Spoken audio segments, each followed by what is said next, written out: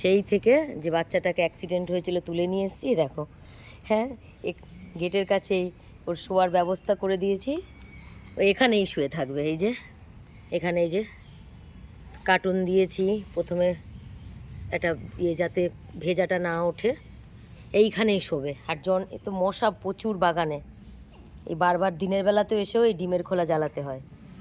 কই আর পাগলাটা ভালো আছে?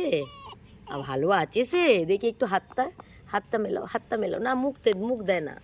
আমার এখন ঘরে কাজ করতে হবে। দেখি ভালো আছে। কই পাগলাটা কই দেখি, একটু ধুয়ো দিলাম। সারাদিনই ধুয়ো দিতে হয় বাবা, যা এখানে মশা। ও যে কি করে আছে ভগবান জানে। কি তোমাকে ঘরে নেওয়া যাবে না গো, আমার তো ঘরে বিড়াল আছে, কোথায় যে তোমায় রাখবো। কি হ্যাঁ, মশা কামড়ায়, খারাপ তো আমারও লাগে, কিন্তু কি করব বলো। মশা কামড়ায়, রাতে ঠান্ডায় কষ্ট পাচ্ছ, প্রচুর মশা। বাগানে নর্মালভাবেও থাকা যায়, দাঁড়ানো যায় না।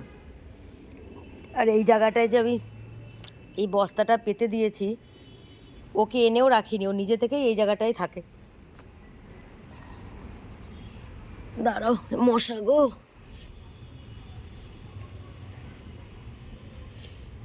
মশাগুলো একদম গায়ের সাথে সেটে রয়েছে, যায় আর না।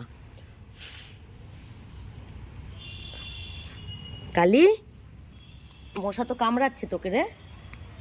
হ্যাঁ, একটু ওডোমস লাগিয়ে দেবো গায়ে, একটু ওডোমস লাগিয়ে দিই।